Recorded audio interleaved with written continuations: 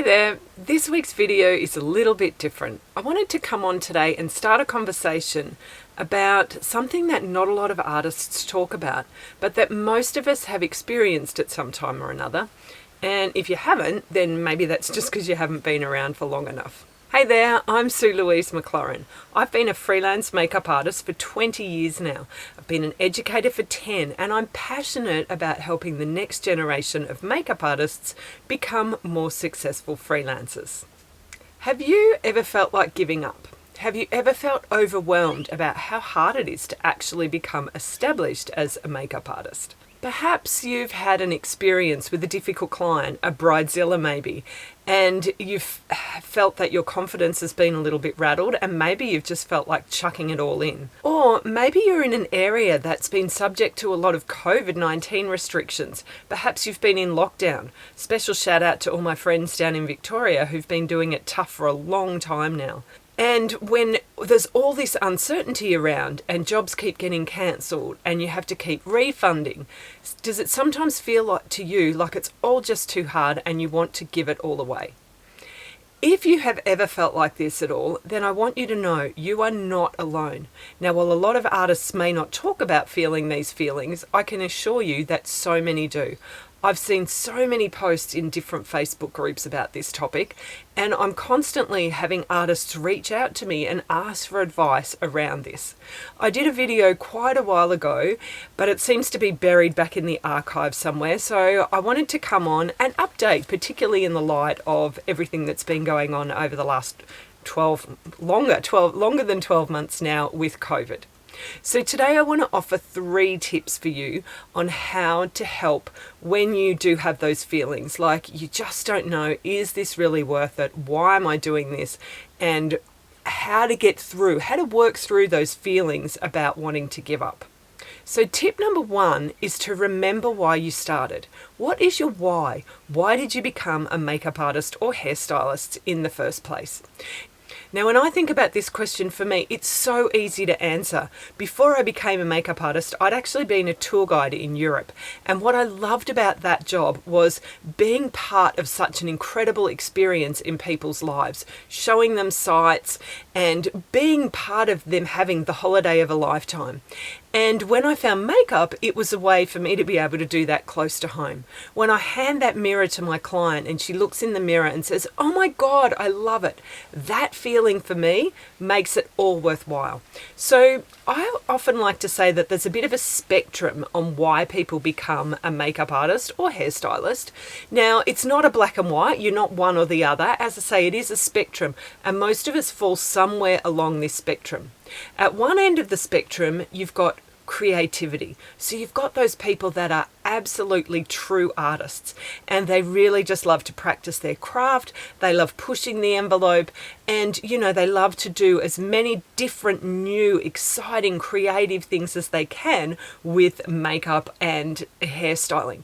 At the other end of the spectrum, you have people that do this because, like me, they really love to serve their clients. So between creativity and service, I think there's that spectrum.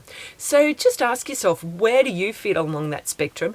And why is it that you decided to become a makeup artist? Was it because you love being an artist and you want to express your creativity? Or is it more that you love to serve people and you love helping people feel good about themselves? So once you've determined what is your why, the next step is to reconnect with your why. So if you are one of those artists that tends more onto the creative side of things, then why not set up a creative shoot just for fun, a test shoot? I mean, you might want to end up submitting that to a magazine, but maybe you just want to do something really, really out there, creative and different. Really let those creative juices flow. Now, of course, you might be stuck in lockdown and you might not be able to do that right this moment, but what you can do is plan the shoot. Go ahead, go wild on Pinterest, collect all those ideas and create a mood board so that when you can get out there shooting again, you've got all these great ideas that you can go ahead and start shooting. So if you've got a fair bit of time, you might even be able to reach out to photographers and get a model organized, and you'll already have that shoot all planned for when things go back to normal. One of the things that I did when we were in lockdown, now I don't consider myself a particularly creative makeup artist at all, but there are those times when I just really do want to let my creative juices out. And one of the things that I did was I got out my body paints and I started just to, do a little bit of creative work. Obviously I was just using myself and just on my own body, but just doing some body painting. I found that was a really good creative outlet. And it reminded me that I actually do enjoy the creative side of being a makeup artist. Now, if you're towards the other end of the spectrum and you consider yourself to be a more service-based makeup artist, then one of the things that I recommend that you do is to keep a folder on your computer or on your phone. You can take screenshots and put them in your camera roll, but keep a folder of all of those emails, text messages, or whatever that your really happy clients send you after you've done their makeup. Now, obviously, not every client sends you one of these, but you do get enough of those over time that you can have quite a nice little collection of them. Now, I know whenever I receive one of those emails or messages, it really warms my heart and it makes me really grateful for the opportunity that I have to be a small part in someone's really important day. So keep a folder of all of those really nice emails, testimonials, whatever you want to call them. And when you're feeling a bit down, read back over them. And that will help to remind you why you're doing this. And it will help you to reconnect with those feelings of appreciation and gratitude that you can contribute to someone's special day, whether that be their wedding or whatever else the occasion may be.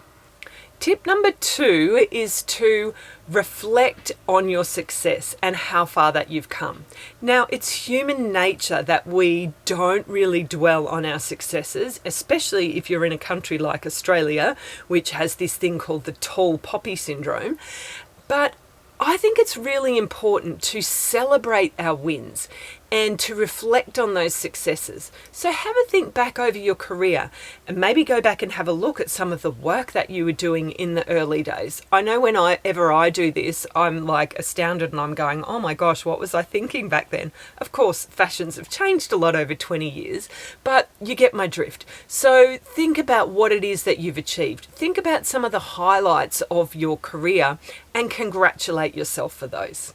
Being a freelancer can be a lonely, difficult path, and we don't always have people around us to help us and to congratulate us and to be there, to be our team behind us, cheering us on. So sometimes we do need to do that for ourselves. And when you feel like giving up, reflecting back on some of those wins in your career can really help you to keep going. And the third tip is to actually take some time out. Take some time away from your career. Do a digital detox, maybe even go away, go to the beach for a couple of days, or if you can't travel, go camping in your backyard. But whatever, just disconnect for a couple of days from your business. Of course, this can be tricky if you're in a really busy period, but I do encourage you when you can to actually diarise and to carve out some time for yourself, to spend time with your family, your loved ones, or your friends, and just think about other things.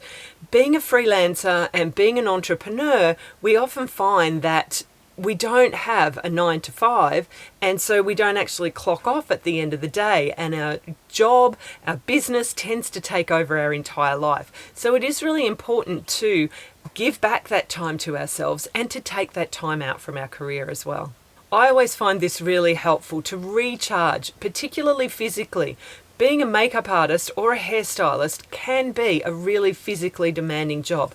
I know that if I've done a big wedding booking, sometimes I will come home and I will just flop on the couch and I don't want to move. So it's really important to be able to take that time out and to recharge myself physically as well. So there you have it. They are my 3 tips. Let's just recap on them. Number 1 was to remember why you started. Why are you actually doing this? And to reconnect. Find some way to reconnect with your why, with your motivation.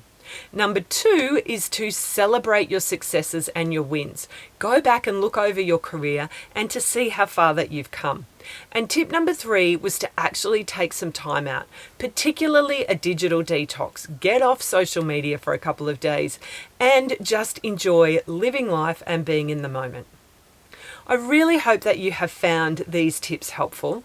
If you are struggling and feeling like giving up, please feel free to drop a comment down below. I'd love to start this conversation. If you've got any other hints and tips and suggestions, I'd love to hear them as well. So pop them down in the comments below as well.